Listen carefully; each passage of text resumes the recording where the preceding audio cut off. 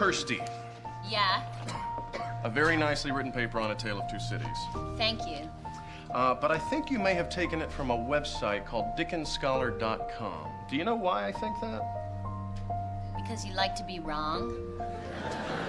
No, but an interesting guess. I think that because the upper left-hand corner of each page says DickensScholar.com. Welcome back to my channel, guys. This analysis is going to be about one of the most anticipated films of 2023 and the movie that many ardent moviegoers have been waiting for. It is none other than Jawan, directed by the talented Atlee, starring Shah Rukh Khan, Nayantara, Vijay Sethupathi, Sania Malhothra, Priyamani and many others, with an effective cameo from Deepika Padukone. The film's music is scored by Anirudh. It is one of the most expected combination and the synergy the Bollywood fans were looking out for. Let me go ahead and brief you regarding the good and bad about this film so that you can decide if you want to visit the theatre to watch this film or not. Commercial entertainers are the real deal when it comes to good box office numbers, as audiences come into the theatre for the entertainment value a film promises in its pre-release marketing snippets. From the marketing snippets, the director Atlee promised the audiences a paisa vasool entertainer with some great star presence from the king himself. Even though the songs did not create as much buzz as it was supposed to, it was all ramped up with the release of the preview and the trailer. The director Atlee has given many hits in the regional film languages like Raja Rani, Teri, Mercil and Begal, proving his mettle with the commercial space, dealing with a powerful social message, and I would say that was all visible with Jawan as a film.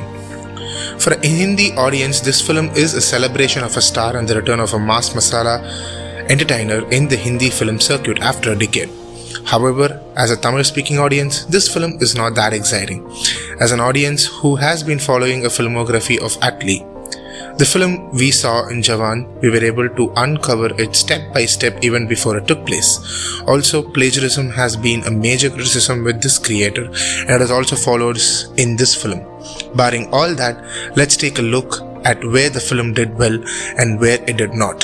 The film starts with the hijack of a metro train and an anonymous man threatening the government to meet his demands, which is being negotiated by Narmada.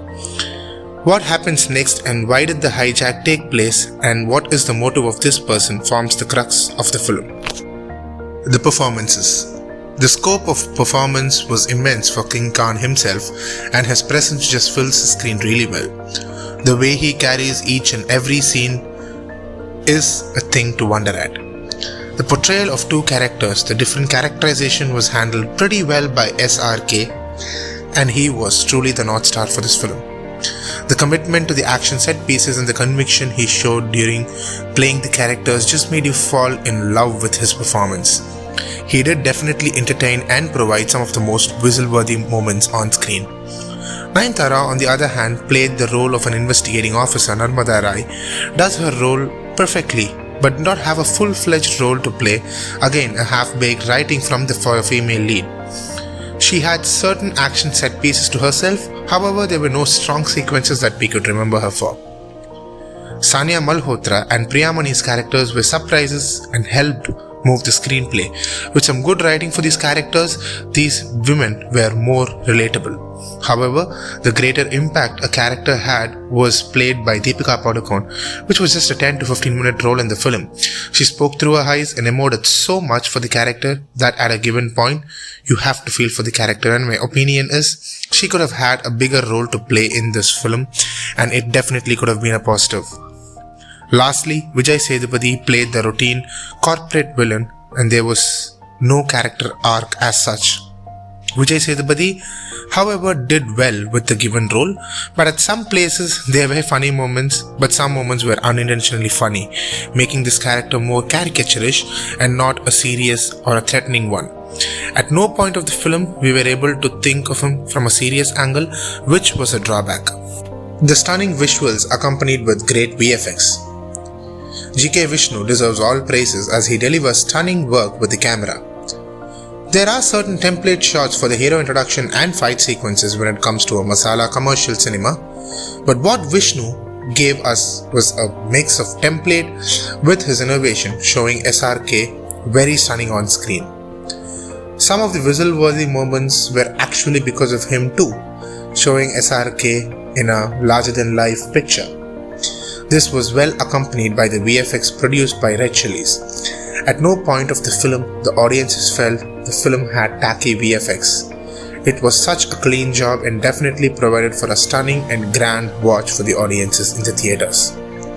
It was definitely seamless and it goes well with G.K. Vishnu's stunning work behind the lens. And the color, the film was really colourful throughout, which was a feast to your eyes as it had every single palette that you could dream of. Watered down writing and upsetting tonal shifts. The main problem with this story and the way the screenplay has been written is that it has too much running at a very short time.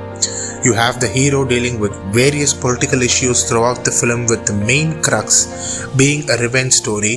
The story is often misled and misdirected into various directions, and this way the script is completely watered down with us not being able to connect with any of the characters present.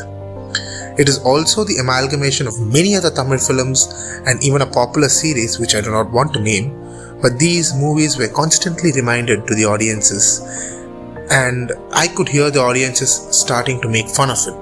This was a very major drawback for the film, and something that I felt was this film had very quick resolutions to all the national problems that we're currently facing, which is kind of like a dream, but could have been into a realism factor where everything was not fixed under 5 minutes or 10 minutes.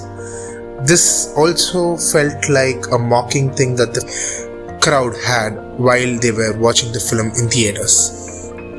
The story, while following a serious hijack narrative, changes tone to a character's past, and it is shoved right to your face, and it just feels like a stop to the proceedings of the film. The only cutaway flashback that worked for me was the flashback portions of Sania Malhothra, as this was the story we could actually connect to pertaining to the recent COVID scare. These tonal shifts came at abrupt places, also disrupting the screenplay, which in turn ruined the whole film's experience. Even for the Paisa Vasool moments that SRK gave, this was kind of like a roadblock that at least I felt while I was watching this film in the theaters. The Anirudh phenomenon. I would definitely say that this film's greatest positive was the background score of Anirudh. The screen presence of Shah Rukh Khan combined with the wonderfully composed score by Anirudh was just a firecracker at the big screens. I personally was not that invested in the songs for this film, and also felt that Deepika and SRK's song could have been a little bit better, but barring all that, the Ariro song in the second half conveyed what had to be felt, and the scores like the Jawan theme and the special mention to Masi Masi theme, it was just an Anirudh bonanza, and it just elevated the somewhat entertaining film. Concluding with this, I felt that this was not at least best, but it might be an unpopular opinion with the North as it is being rejoiced and celebrated there. I am proud that someone like Atlee went on to create this year's biggest hit in the Bollywood with Jawan. However, my wish was to see SRK in a Masi avatar with no scope of criticism, and I feel that would be definitely happening in the near future. Just waiting for the time to arrive. Barring all that, Jawan is a one-time watch entertainer with many flaws, but bearable just for the presence of SRK, the cameo of Deepika, and the music of Anirudh. That's all for the video, guys. Please do like, share and comment your thoughts on this video. Also, do follow me on Instagram and Facebook for the crisp 90-second analysis of the film and many more such film-related posts. Do subscribe to my YouTube channel for weekly content ahead. Thank you for watching.